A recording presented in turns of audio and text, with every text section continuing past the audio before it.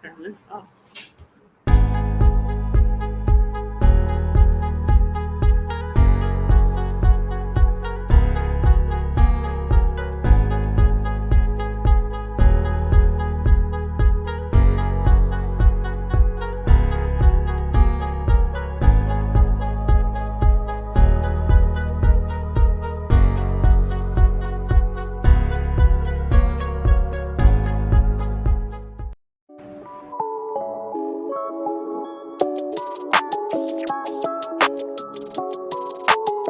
You're listening to the Rich Girls Podcast, where we celebrate women who are glowing, inspiring, rising, leading, and succeeding.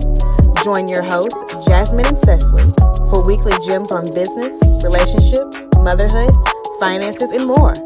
Let's get started.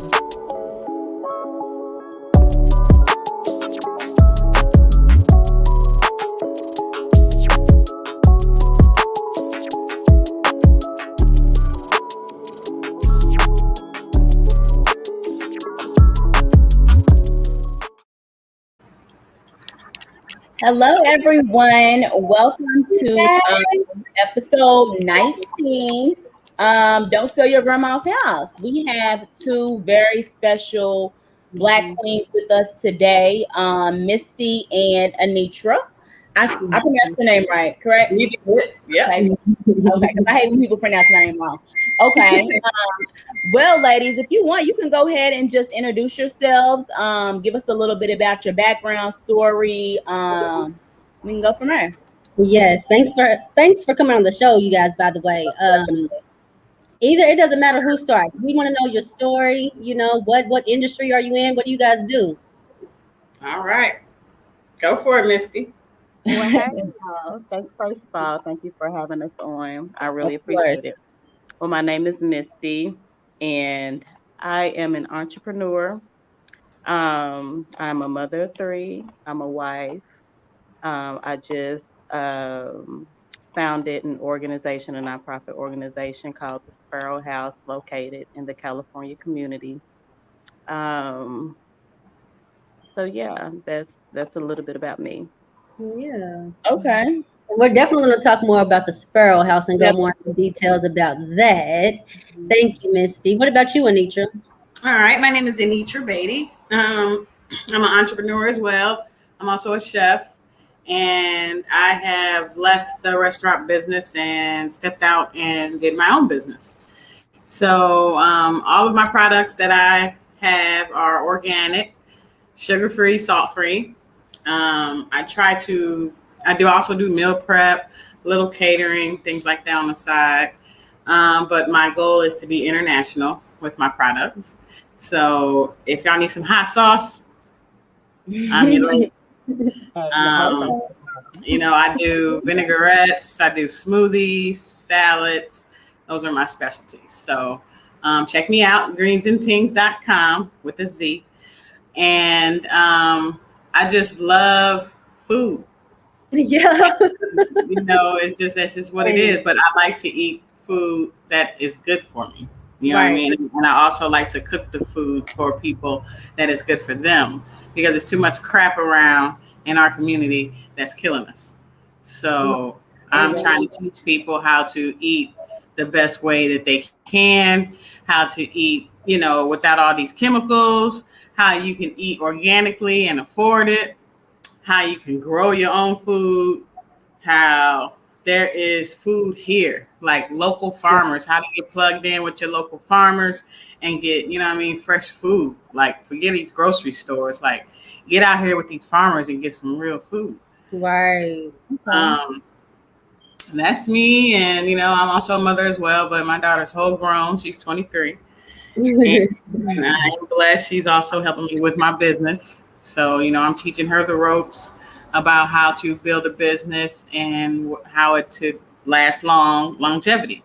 And I'm teaching her the steps so she can step into her own business and do things the proper way. So that's me. And I met Misty through a mutual program that we were starting, how to, I guess, like help or, love on our teens, the youth in the area. And we met there and we clicked instantly, and when she got the vision for the Sparrow House, she talked to me about it, and I was just like, I'm in there. Like, sign me what I need to do. Like, what do you I know, need to do? Right. it is such a beautiful vision. And so I'm just running forward with her, and, you know, we going for the gold. Yes. I love the collaboration and partnership y'all got going. Okay. Yes, ma'am. So, you know, definitely shout out to you. No, go ahead, sis. I was just gonna say, I worked with a lot of kids. I'm a behavioral health therapist with Bluegrass Counseling Services. I don't know if y'all have heard of that, but it's an all-Black agency, and we work with all Black youth. So most of our clients are in the West End or Shabley or whatnot, and we just, you know, I'm the therapist, but the case managers try to link them with different services in the neighborhood, you know, as far as what educational, mentoring, support, somewhere for them to just go, rather than being home, you know, by themselves to be safe. So I'm definitely interested in any type of resources that you all may have. We linked them with Change Today, Change Tomorrow recently, one of my clients, and they love it. So it's like, I need to definitely, you know, learn more about the resources that you all may have as well. Yes, inspiration. Definitely. That's beautiful. Yeah. Change Today, Change Tomorrow, Black Market Kentucky. Like, there's a lot of different nonprofit organizations happening right now, to where it's like, I feel like we are seeing, like, look, we gotta start the initiative. We gotta pour back into our communities. Like, we have to bring our resources together. That's right. So beautiful. Like, I love sharing space with women like y'all who are just like, you know, I mean, the topic of this show is like building generational wealth and becoming more self-sustaining. So, I mean, this is, you know, I hope y'all tuned in. You know, Nicole Mayweather says Sparrow House is the future. So shout out to her. Miss Nicole is one of my board members. Hey, boo. Oh, that's dope. So what started your how did you start the Sparrow House? Like, what motivated you? How did this come about? Like, for some people, they have like this aha moment, like, I don't know, God just dropped the idea on them. Like, how did it happen for you? Well, it first started, so my grandmother left. I was inherited my family home. It is in the California community. She passed late 2019. She was a community organizer. She was one of the founders of California Day 30 years ago. She co-founded the California Coalition and then was promoted to president. She worked here at the California Center. That's where I'm at now. Over the Senior Citizens Program. She's been in this community since she was 2. So again, she passed and left me the home. So when I thought about the Sparrow House, it was in the midst of early COVID, you know, early COVID where everybody was scared, everybody was indoors, everybody was isolated. And then not to mention just COVID, just the weird energies of everything, the police brutality, Breonna Taylor, you know, it was just real, where we had to get really creative, because at the same time too, we found out that there's no such thing as job security. You know, some people still haven't gotten their unemployment check. So it was downtime for me, but still at the same time, just what do I want to do with myself? How can I make a difference? What can I do with this property to give back? So all of that really just came to mind. And to continue the legacy of my grandmother is very important to me. She done a lot for the community. You know, we glorify a lot of people sharing memories of those that we don't personally know, but they made a difference. And to me, like, that was my grandmother. So I didn't want to let that die. Right. So what I thought about the Sparrow House, so Sparrow, where I got the name from, my great grandmother purchased the home. The home is historic to the California community. If you look up California community, the house is listed online as a historic shotgun home. But my grandmother, great grandmother purchased it. Her name was Evelyn Sparrow. That was her last name. She purchased it in 1940. The house at the time she bought was for $1,500. I didn't get the pleasure of meeting her, but of course knew my grandmother, Anna J. Smith, and was raised in the house with her. Uh, so my thought about the Sparrow House, like what can I do with this house to um, create change? I grew up in the community. It was a whole lot different than what it is today. Um, it was family oriented. Neighbors watched one another. I couldn't do anything wrong living in the community because, all the elders were sitting on their porch, and they'll run it back to my grandmother, and that's how I grew up in the California community. Home is a historic shotgun home. But my grandmother, great grandmother purchased it. Her name was Evelyn Sparrow. That was her last name. She purchased it in 1940. The house at the time she bought was for grandmother purchased it. Her name was I don't know what's up with technology. The house at the time Did everybody got their speakers on or anything? her name was I don't know what's up with technology. the house at the time Did everybody got their speakers on or anything? her name was I don't know what's up with technology. the house at the time. Got their speakers on? All right, Tessie. Okay, hold on. Let me see if it's gonna do it again. All right, Sess, do you got something playing back on your end? Because when I mute your mic, the echo goes away. Huh? I'm hearing you say the same thing over and over and over. All right, well, I guess we're back normal. I don't know what happened right there. Okay, well, it's okay. All right, yeah, let's keep it moving. That was weird. So I just wanted to create something in the community using my inheritance to bring the community together. My thought process was, of course, just thinking of my grandmother and want to continue her legacy, but also just with wanting it to be a whole lot more resources in our communities than what it is today. We have the California Community Center and programs that ran out of here, but we're just thinking of what else are wanting to bring something else to the community, where people could learn how to say, you, for example, teaching financial, how to be financial sustainable. So it's basically just a collaborative space. It's a collaborative space that unifies the California residents, businesses, and community resources. And we have a little bit of yard, and that's where Chef E will be coming in at, growing her food, showing children how to grow their foods, creating programs for the children growing their food on the property. That's dope. I love it. And Misty, you already know this because we talked about this when we first linked up, but your initiative is personal to me because I also grew up in the Cali Park neighborhood. Like, if people know me, I guess, from all around the city. Like, I don't claim any type of hood per se because I've lived in lots of different hoods, and Cali Park was one of them. So I really love what you're doing in that community. Like you said, it has changed a lot. So just bringing back that family orientedness and that sense of community.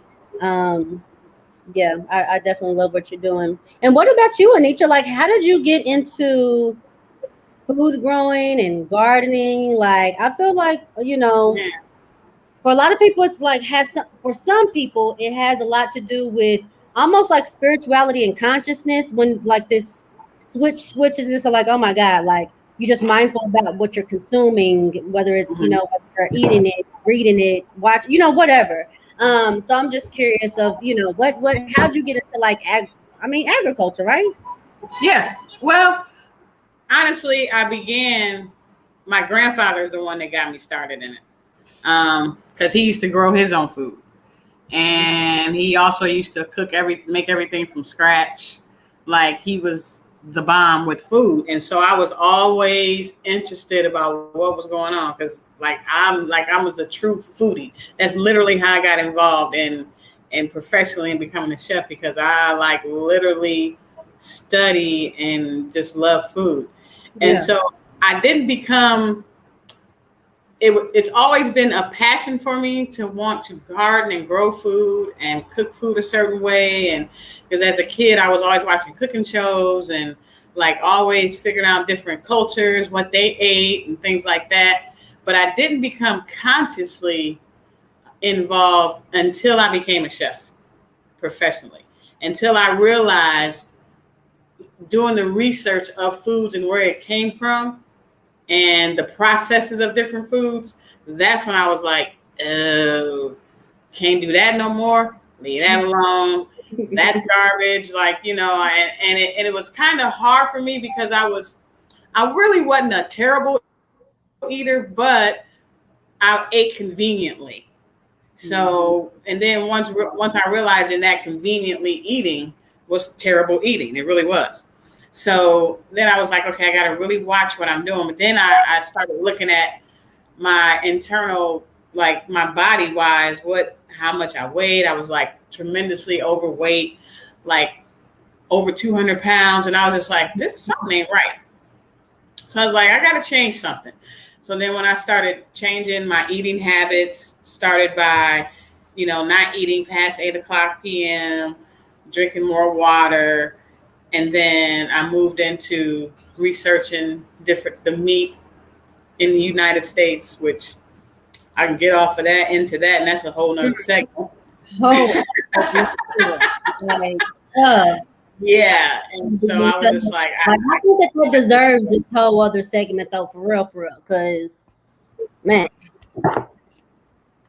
I'll let you finish. Yeah, for real. I feel like the meat is the worst. I feel like the meat is the most, like, sure, they probably spray our vegetables, our produce with pesticides or whatever, but I feel like the meat though is like, I don't know. Even the look of it today, you know what I mean? Like you be at the I've heard too many butchers and shit say that they literally cut the cancer out of the cow and just slide it on down the belt. I don't know. So they think they cut it out. Yeah, they think they cut it out. They cut out the big old pus that they see, but they don't do nothing with the internal blood of the, where the disease is. You know what I mean? Right. And so, they're going to chop this shit up and package it up and be like, hey, we got it on sale for you.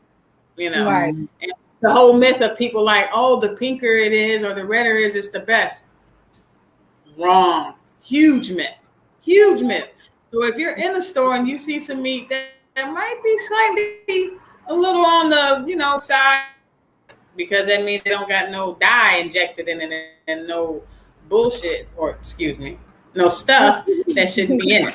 So, I mean, it's just a process of really the time, to look into what you're eating.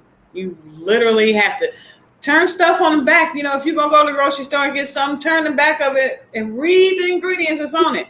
Really look at all the sodium intake that it has, the hydro corn syrup that's in there, the sodium in there. It's just like citric acid stuff that's just killer.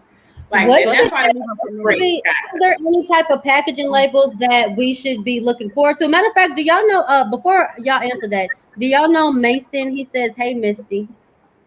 Mason, Mama Nature. Hi.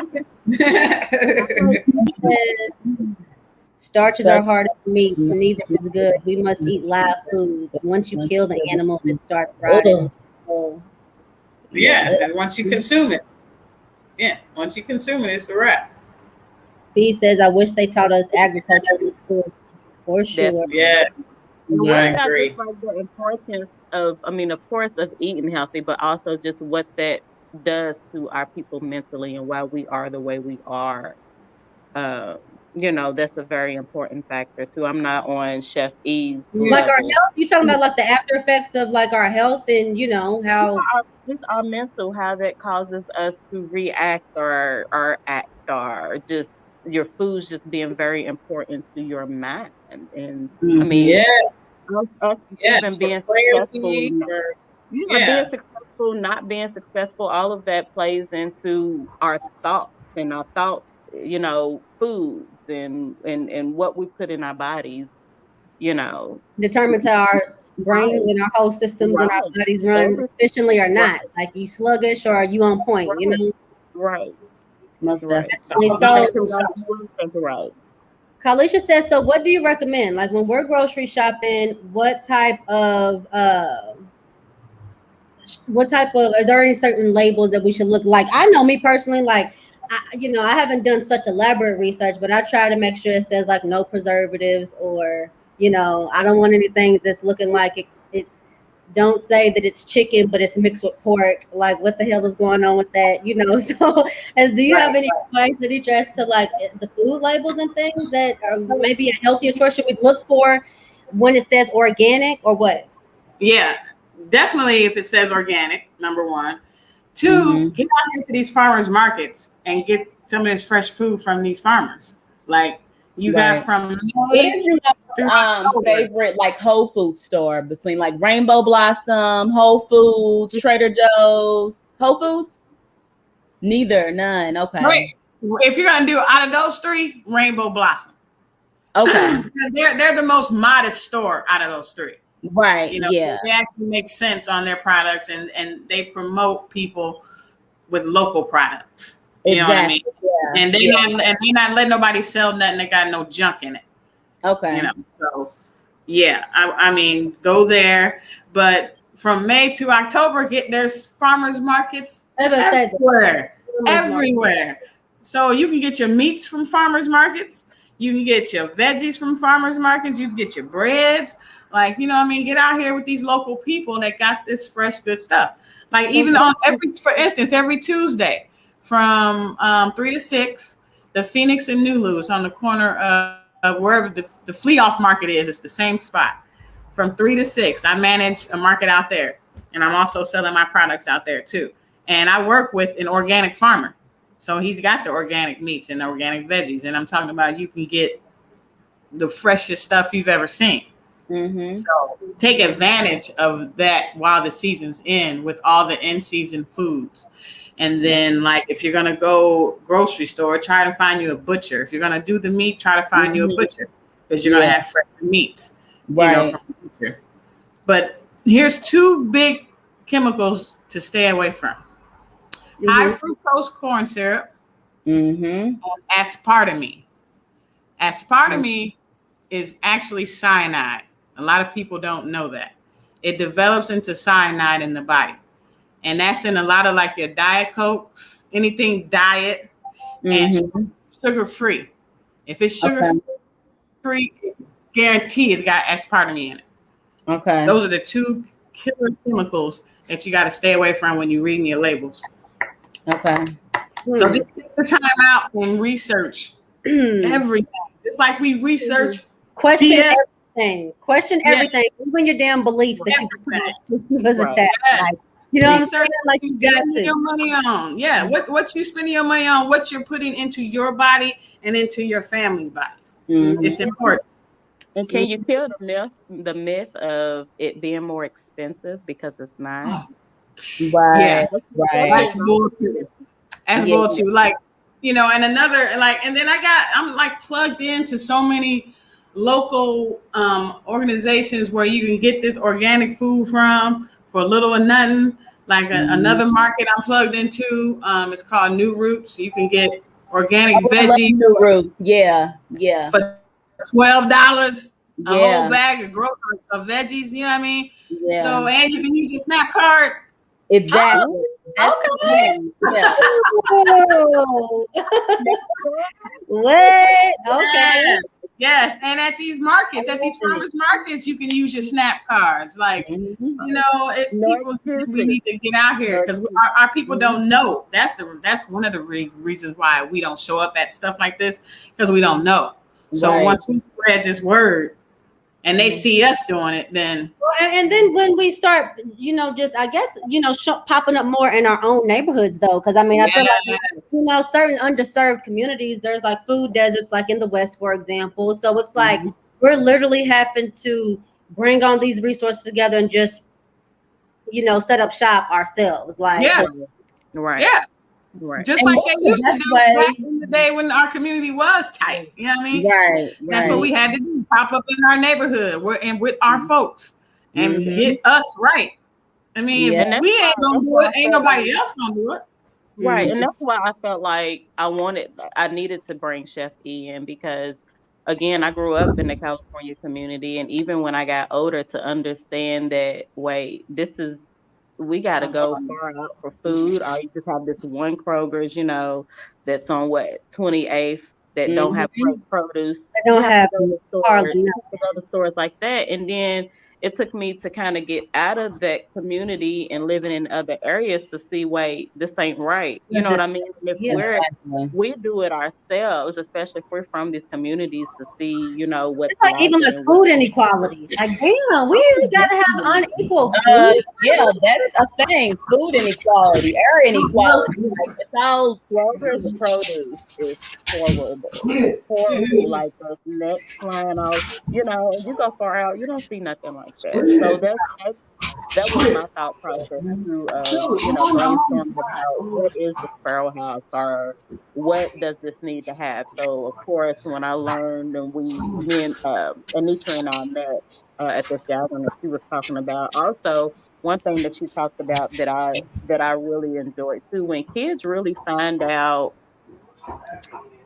or if you put kids in programs where they're actually seeing things grow, and they're actually doing it, they can put their hands in it, and they're seeing something come to life. There's so many issues that we have to solve in a community. There's value in it, and Chef E shared that, and I was just like, yeah, this is what we need to do, because it's just important for them to know. And even, one thing that I thought was, kids teach us adults. You know what I mean? So they may go home to parents that I don't want to hear nothing about what you've grown, and they gonna do what they do. But like, no, sometimes it takes a child to be like, no, mama, I'm a garden in the backyard. Chef E taught me how to plant this, and they could be the ones that can normalize eating healthier and teaching their family what they should eat. So yes, exactly. And that's usually what people will do. Like, I love teaching kids, because kids are the one who normally introduce the parents to something different than good. And if the kid want it, and what's the crazy thing is, like, probably 65% of my consumers for my hot sauce are kids. Wow. Like, straight up, they want that hot sauce. And their parents will be like, I don't eat it, but my kids love it. And I'm like, hey, well, keep bringing the kids. Keep letting them get this sauce. And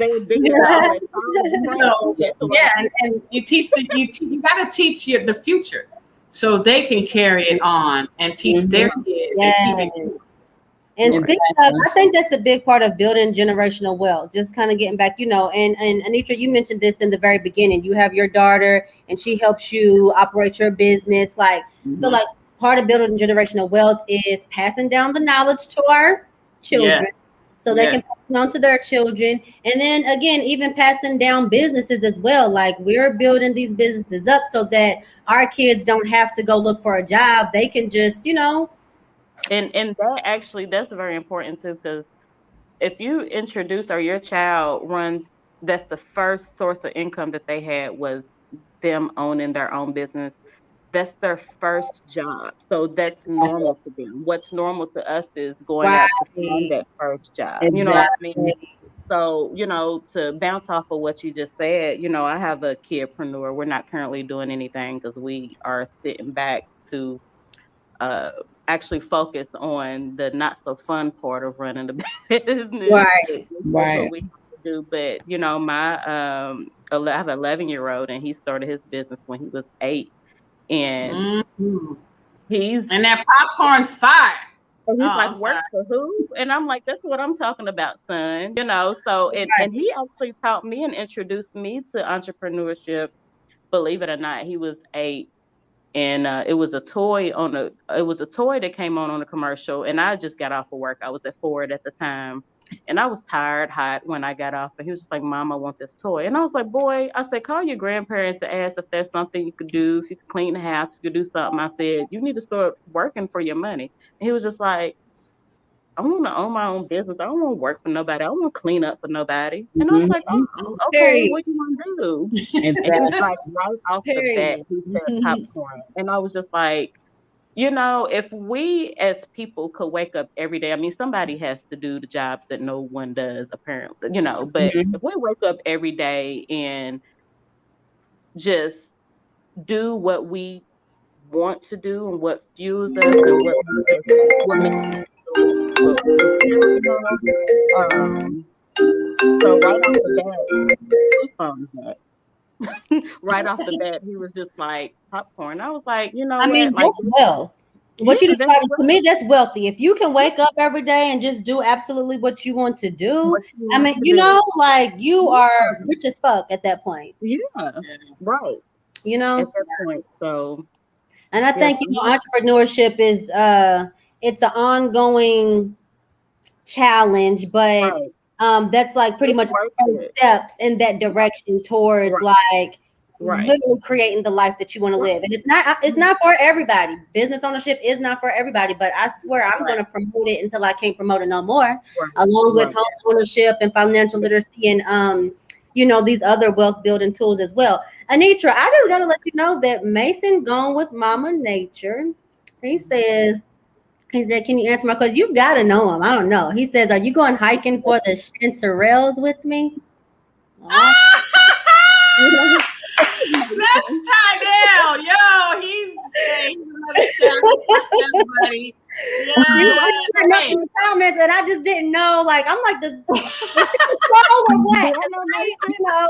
That's Tydell from Ag in the City, y'all. They get that agriculture in our city. Yo, yes, that's some other folks you can get that program from. Wow. Yeah, I'm talking about them apples. She ain't said nothing about them apples. We're gonna get to it. We're gonna get to it. Yes. But yeah, I think we've got. Thank you guys for tuning in today. By the way, we've got people who have definitely been tuning in, commenting and stuff. So I've just been awesome. Yes. And now trying to moderate that, but yeah. So health is wealth. You know, what you eat matters. What you put into your body matters. Don't sell grandma's house. You know, real estate. You know, and okay. So let's talk about the inheritance, because you could have easily been like, I don't want this responsibility, right? Like there's property taxes. Like, what am I going to do? Like there's still expenses tied to, taking over that property. But on the flip side, the benefits, like, my ultimate goal is I want each of my kids to have their own home. I want my kids to just always have my family will never be homeless. I know that that's already done for me. So I just want to be able to pass that forward to my kids. And then, there's no more land that's going to be created. The land that we have on earth is all the land that we have here on earth. They can try to build as many houses on this land as they can. But the fact of the matter is, when it comes to real estate, the value is going to appreciate because it is a limited resource. You see what I'm saying? So I'm always going to think that that's a solid investment. So don't sell grandma's house, try to figure out ways to pull some money together and pay off those taxes and, flip the property, sell it, fix it, get good value. If you do sell it, don't just sell it for crumbs. Right. For quick exactly. Or look, if you have the time, and I know everybody is not going to do what I'm doing because it may not be their interest. They may be making a difference in another kind of way. Absolutely. But dealing in real estate that's a business. So if you become a property owner and you have these rental portfolios, that's a lot that comes with that. So that absolutely what you said. Not everybody wants to take on that responsibility. Right. Especially in a neighborhood where there's gentrification. We all know that word and all know that that's a thing going on. So yeah, just knowing that house most likely was probably just like, okay, so for example, I knew just about everyone on St. Catherine on Prentice. The house is on Prentice, directly across from St. Stephen's Baptist Church. It is the closest house to the church. So just knowing that, just history of when people pass on, because it is an older community. When people pass on, either it doesn't go to no one, or if it does go to someone, they just want it out of their hands and they sell it, which is one of the reasons why, I feel the community is lacking a lot of resources and losing like the family feel of it because of that. So, me just keeping the house, it's like, okay, like there's nothing else on the street again. But I'm like, okay, I had to look at it and be like, what can I do? What's the word I'm looking for? How can I show others what they could possibly what do, they can or do. what Yes. they could do, And then or don't be like zoning is the whole thing. So like if you like maybe on a corner lot or something like that, like maybe it doesn't just have to be a residential property. Maybe you can use that spot and turn it into your business or your storefront, or you know what I mean? Like there's so much you could do. so much that you could do. So much that you can do. It's just So remaining a family home, I think about soul food, Big Mama's house. People come in from out of town. That's a family coming out of town. Instead of your family going spending money on hotels, there's this house where you can lay your head. The money. So that was my whole thought process of what can I do with this with my inheritance. yes, I love that. It's a beautiful thing that you decided to do. Again, definitely salute to you and you as well, Eneitra. For sure. And I mean, obviously, with me, I let me just add in my little last piece as far as building generational wealth, and when it comes to investing and different investing programs, we got to get in the mindset of earning interest and get out of the cycle of being in debt and paying interest until we die. Like, get out of the rat race, get out of the debt cycle, pay your debts off, build your investments up. You know what I'm saying? Start paying yourself first. Start paying yourself first. And that's how you can build generational wealth and get ahead and get out of the rat race and all those sort of things. Yeah, so that's just my 2 cents. I actually just last week passed my SIE exam. That's the first exam as far as these tests that I have to do to become fully securities licensed. So I'm super excited about how I'll be able to just be that one stop when it comes to finances. Roth IRAs, annuities, educational funds, bonds, and there's so much to share and so much to learn. Invest in yourself, just invest. That's just my piece. That's right. Yes. Congratulations, girl. Congratulations. Thank you. And I just, when we met, just your game of your knowledge of just everything that you just mentioned, you definitely taught me a few things.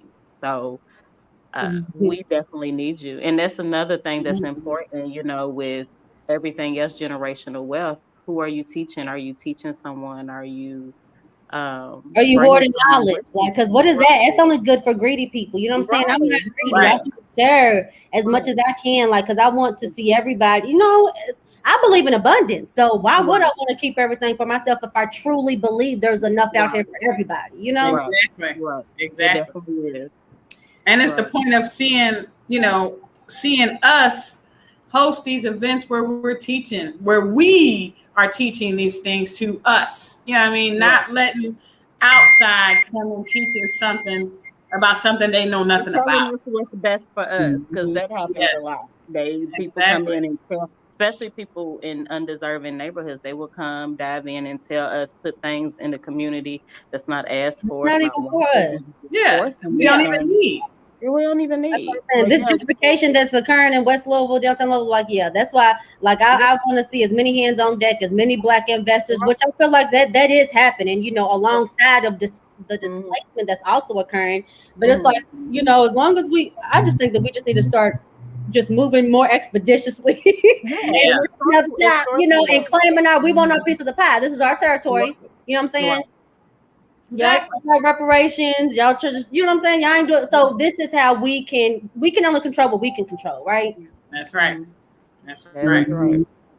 Stick together and we are a mass. You know? Definitely. So that's definitely the message for today. Do y'all have any other comments to add? We've been going. We can keep going, but you know what I'm saying? Well, I would like to mention to you all that my grandmother was one of the founders of California Day 30 years ago. And my organization, the Sparrow House, will be over and organizing California Day. It's going to look a lot different, but it's definitely needed. So resources. So basically what the Sparrow House is about, collaboration and folks like you all coming into the Sparrow House, teaching your knowledge. That will be California Day. So many resources will be there. I'm going to share the event page tomorrow. I've been working on that event page for a minute, but that will be August 28th. It's always the last Saturday in August, and I wanted to keep it that date. Many resources will be there. It will be 90s vibes. We will have DJ John Q there from 101.3. We have a lot of people coming. China Bradley with ETS will be coming to with her girls with her hair braiding school. She will have a hair braiding show for her girls. UPS will be there. Jobs. So the football field will be used. We have Tia Gibbs, alumni of University of Louisville, will be on the basketball court teaching children how to shoot that day. It's just going to be a very good time. So please look out for that event where I will post our plans for that day. But free food. Free food is already paid for. I want to feed the whole community and anybody that comes. So yeah, just come and celebrate. And it's just a legacy thing that's been going on in the California community.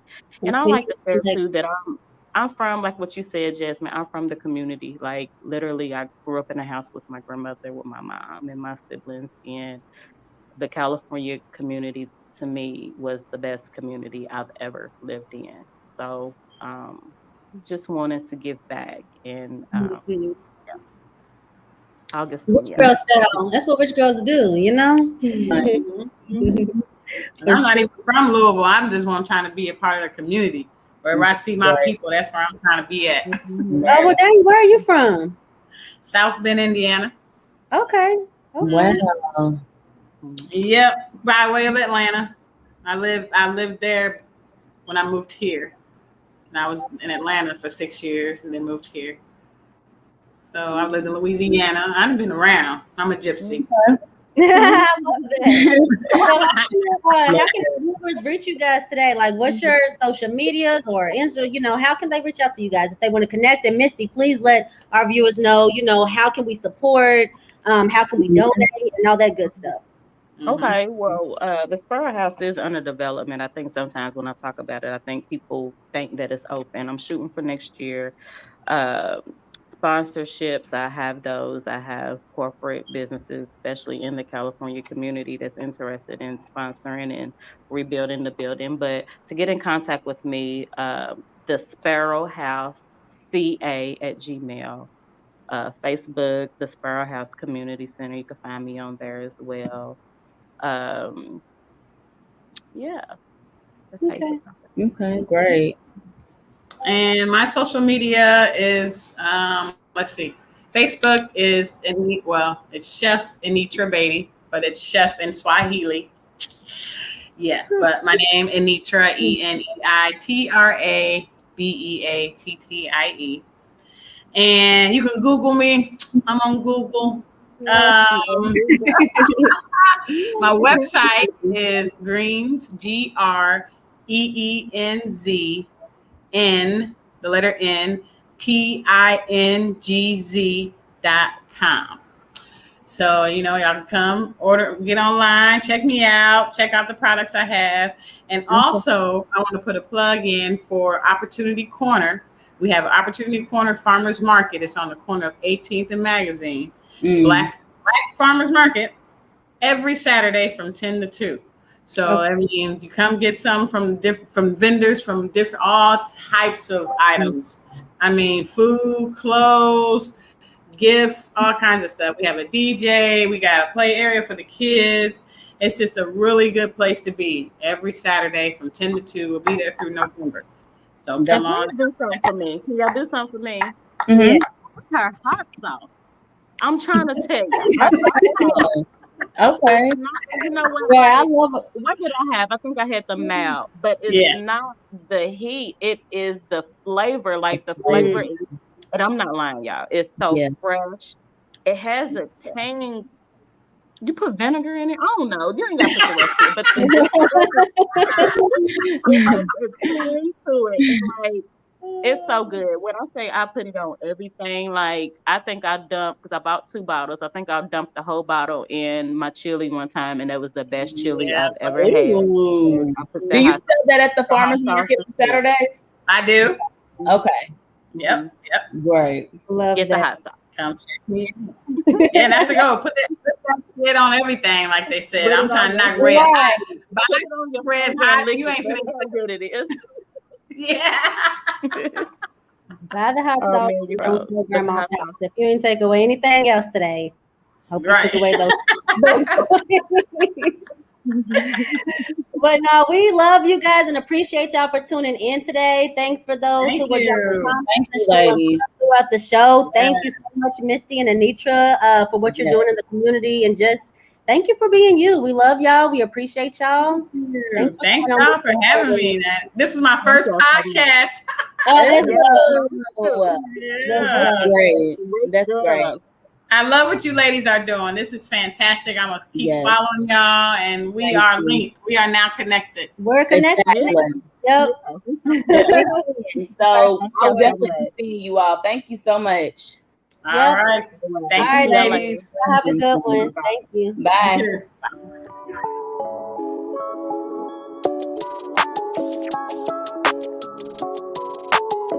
You're listening to the Rich Girls Podcast, where we celebrate women who are glowing, inspiring, rising, leading, and succeeding.